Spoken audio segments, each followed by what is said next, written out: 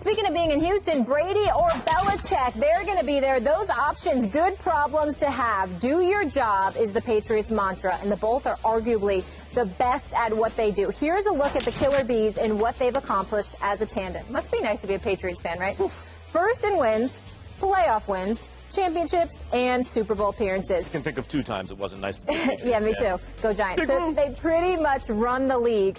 Max, but the question is, if you could only have one, who are you going, Brady or Belichick? Sometimes I'm just glad that the world doesn't seem to catch up to the truth, because this is a nice paying job. I tell you what, it beats working for a living. And because people miss things that are so obvious, you just get to say it and sound smart, I guess. I don't know, it's like sabermetrics in baseball. That was easy. No one wanted to adopt it, but that's the way it was. Okay. The answer is so clearly Bill Belichick. And let me say, Tom Brady's the greatest quarterback ever. Some of that has to do with Belichick, too. And he makes Belichick's job a lot easier, no doubt. But who instills the culture? Who schemes for, like, does Brady play defense? Does Brady kick field goals or otherwise coach special teams? Why is it that the Patriots seem to dominate usually in at least 2 of the 3 phases of the game, if not all 3? Was that Brady, too? The defense and special teams is Brady, too? Why is it that they go 11-5 with Matt Castle? Do they do better with Brady? Of course. Brady's better than Matt Castle. Brady's better than just about anyone who ever lived. But why do they go 11-5 with Matt Castle? Why did they go 3-1 this year with Garoppolo and a 3rd stringer? And by the way, the 3rd stringer was the only one to lose a single game. Why? Because of Bill Belichick. He is the greatest coach probably in the history of sports when you consider what it means to dominate at this level for this long in a parity NFL league. But it's more than just that. Bill Belichick's also the GM. That means he is deciding who to draft, he's deciding who to sign, who to let go, what to pay them all, and then they have to get coached up. They have to be developed. Guess who that is? Bill Belichick. They're both the beneficiaries of each other, Belichick and Brady. But Brady has benefited more from Belichick than vice versa. It is clearly Bill Belichick.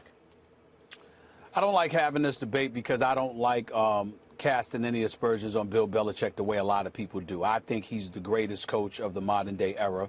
I think he's absolutely phenomenal, and I agree with all your points about what it's about culture.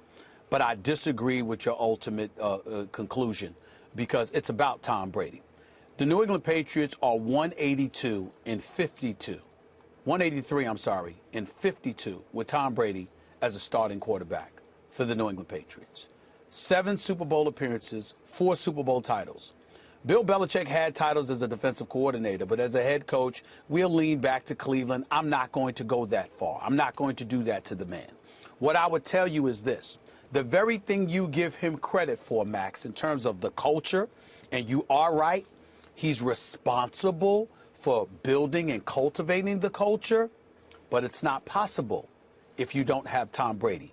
You can't get guys to come and play for less. You can't get guys to make the requisite sacrifices. You can't make guys to buy all in without having that dude. This is one of the things, and you know who proves my point better than anybody, Max? Who's that? Greg Popovich, who you just praised a few days ago. Greg Popovich will be the first to tell you none of what he has done would have been possible had it not been for Tim Duncan. It wasn't just because Tim Duncan is some great player, meaning the greatest power forward to have ever played basketball. It's also because Tim Duncan allowed Popovich to coach him. He didn't big-time him. He didn't cachet him. He didn't flex his muscle or anything like that. This dude came to work.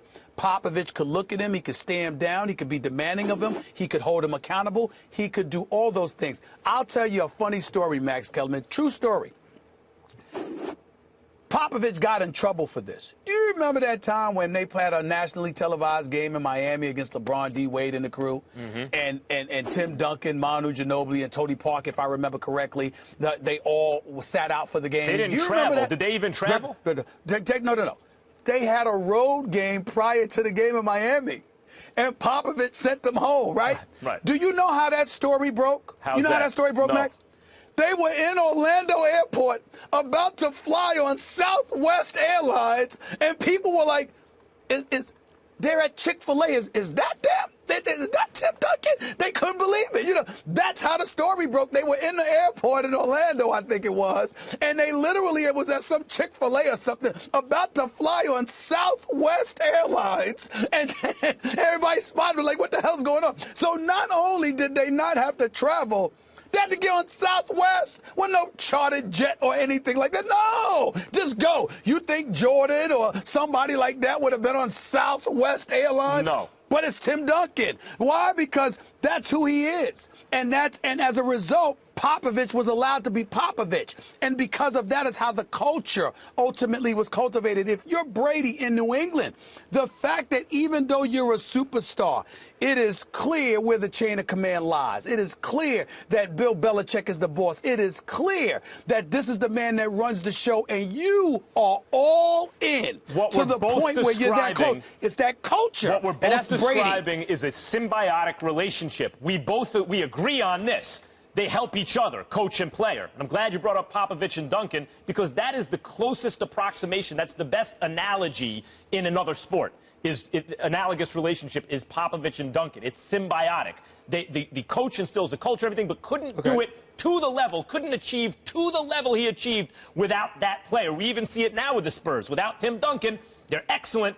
We're really not talking about them winning a championship this year. With Tim Duncan, you gave him a shot every year.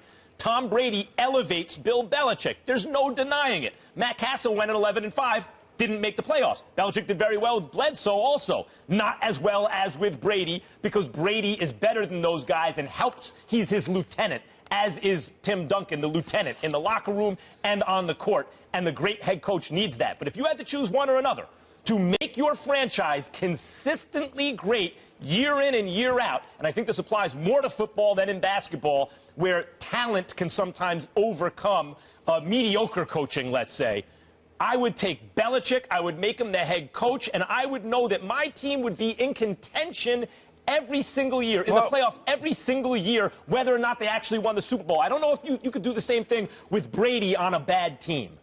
Here's the issue.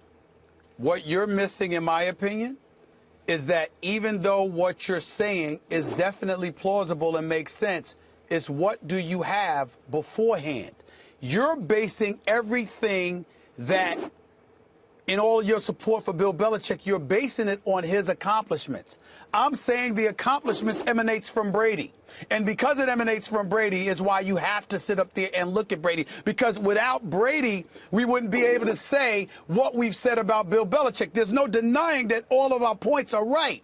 And there have been times in the past where I've sat up there and said, Belichick all day, all day, all day. But as I've watched Tom Brady get older and older and still consistently keep doing what he's doing and defying all types of odds, I've had to step back and concede this brother is just on another level. And when I look at it from that perspective, I have to sit there and say, hey, it just is what it is.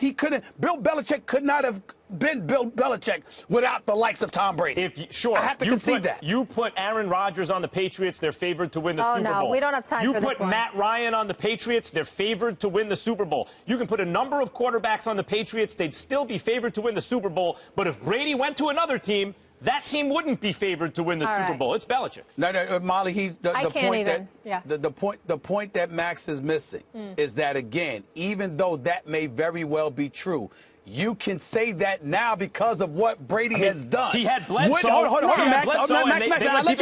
I'll let you finish. My point is, you could say that about Belichick now because of what has happened. Right. Would Matt Ryan or anybody else have been able to do what Brady has done with Belichick all these years leading up to this point? It wouldn't be as much. That's the question. It would be less. We could do a whole show on this.